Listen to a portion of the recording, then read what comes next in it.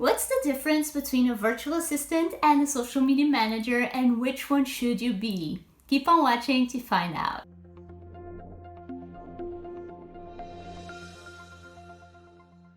Hey everyone, my name is Sylvia. Welcome to my channel. If you don't know me, I'm a virtual assistant and VA coach from Portugal. And I love talking all about working from home, being a virtual assistant, working on Upwork, and so much more. So if those are topics that interest you, feel free to subscribe down below so you don't miss out on any future videos. And yeah, just let's go on to today's topic, which is virtual assistants versus social media managers. So first off, let's tackle the question, what is each one and what are the differences between them? I'd say a virtual assistant and a social media manager can have some common ground between them, but they're definitely different titles. And I personally associate myself with both of them. I'm a VA/social media manager and also VA coach, so I call myself all the things. So sorry if I don't include them all in my intro. It would be a super long one. But basically, VA stands for virtual assistant, if you didn't know.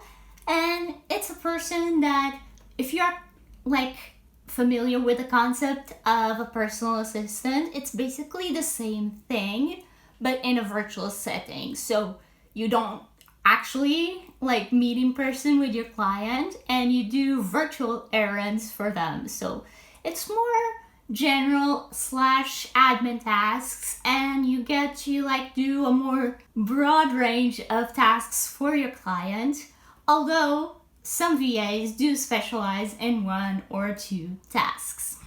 Personally, as a VA, I specialize in marketing tasks, so yes, social media, also email marketing, video editing, and anything that's content or marketing related.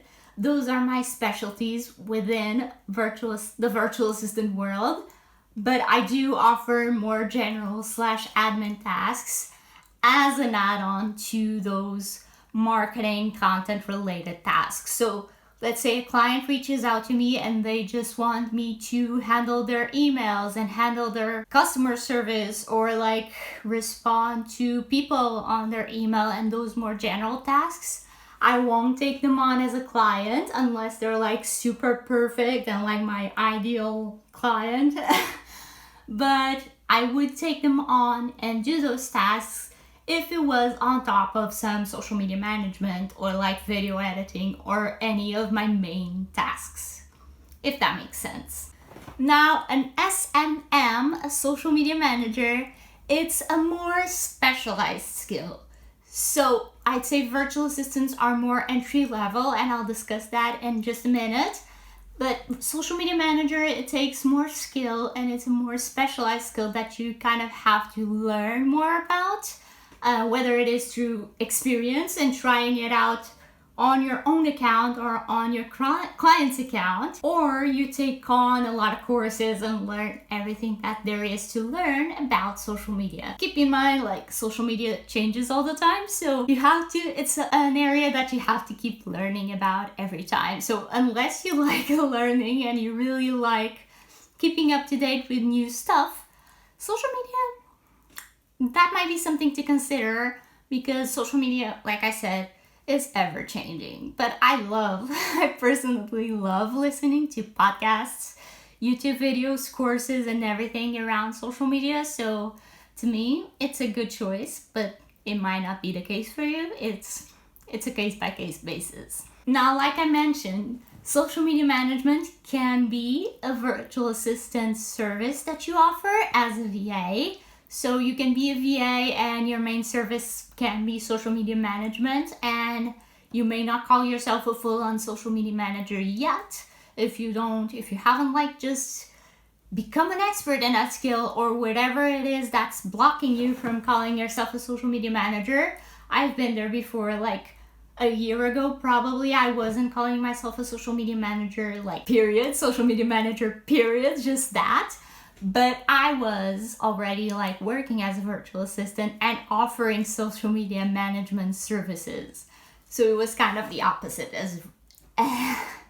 So it was kind of the opposite as it is right now. So I was working mainly as a VA and offering social media management rather than working as a social media manager and offering other VA services. You can also be like a standalone social media manager. So whether you worked a past job as a social media manager and you're now going freelance, or you have marketing experience or a lot of social media experience on your own and you want to start out as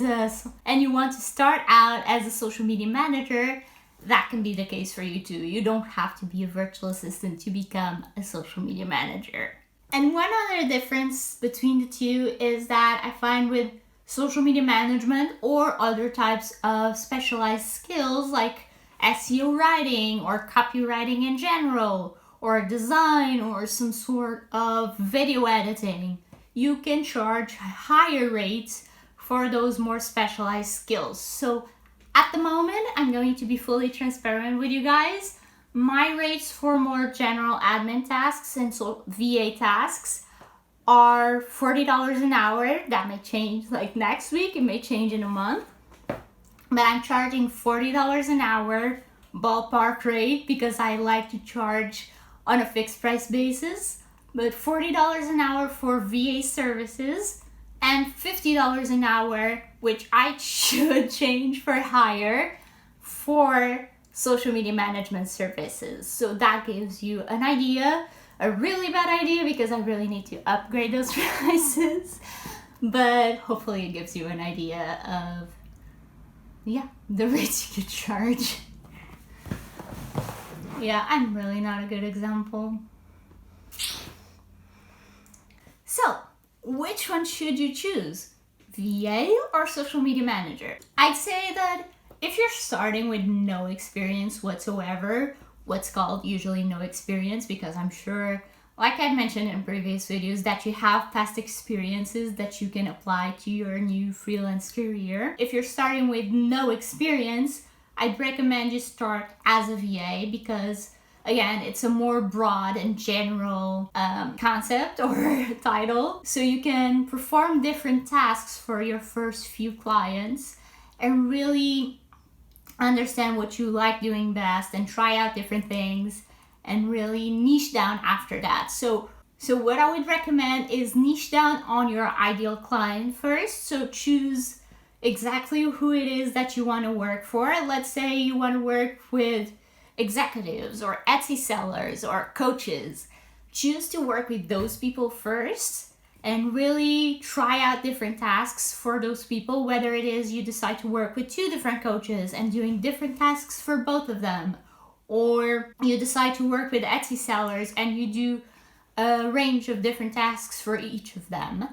You want to try out different things first if you're not sure what to offer, but you really want to have that common ground being your ideal client, if that makes sense. Like, choose who you want to work for, try out different things in working with them, and then figure out what are your favorite things to do for the client and start niching down on your services too, and start actually marketing those specific services that you like doing. Obviously, it doesn't mean that you can't do other services. So if you enjoy doing email marketing, it doesn't mean that you can't respond to your clients' emails or book appointments in their calendar, but those will be your main tasks that you'll be known for and that your clients, your prospective clients that will reach out to you in the future will actually reach out to you for. Hopefully that makes sense. It usually makes more sense in my head. And of course, if you're interested in trying social media services out, try to find clients that are looking for a beginner social media manager or that don't mind that you're a beginner. So what I usually like to say is that if you don't have an experience in a certain niche, definitely let your client know. Don't come to them and say that you're an expert on social media if you've never managed a client's social media before. And you can even offer to give them a discount on that service. So tell them, well, hey Clara, or anything, or whatever it is your client's name. Hey Clara, I noticed you're looking for a social media manager and that your budget may be on the lower end, I'd like to tell you that although I don't have experience with social media, I've done my research in the past and I've tried it with my own account, or I've taken a course before and I'd really like to start offering this as a service. Would you be down for being my beta client or my first client in the social media realm? And I can give you in return a cheaper price for that. So whether it is $10 off or 10% off, that's what I was going to say. Give them an incentive to hire you rather than someone else that may have a bit more experience than you. And let them know that you're willing to learn on the job and that you're willing to try different things out, but also that you've done some research prior. Definitely don't go into a social media manager job without ever listening to a podcast on the matter or like taking even the smallest course. I actually have a course that I would recommend to you. It's called The Journey Social by Latasha James. Again, I mentioned her in the past video, but I really enjoy her content. If you don't know her, I don't know what you're doing, but I'll have her channel actually linked down below as well as her course. She's a social media manager and she really teaches various different things about being a social media manager, and she has a course which is pretty affordable. I don't know how much she's selling it for right now, but it's really affordable and really guides you through the different steps of being a social media manager. I've taken it before and I gotten a ton of ideas, even having been doing social media for quite a while. So definitely check her out if you haven't yet.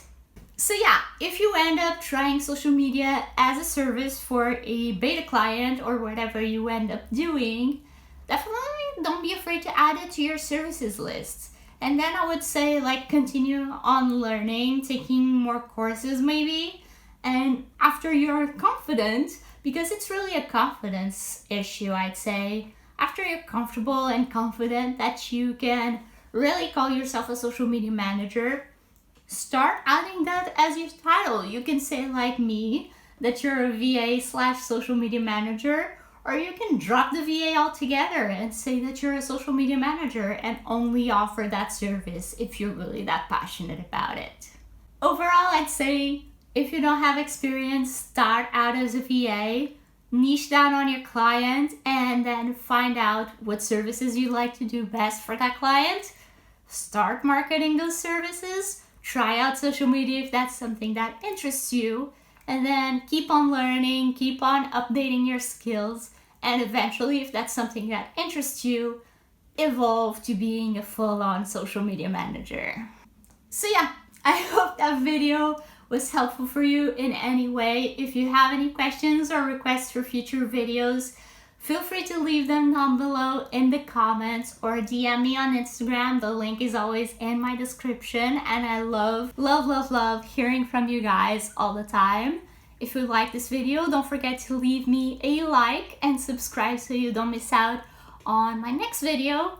And yeah, I'll talk to you later. See you next Friday. Bye.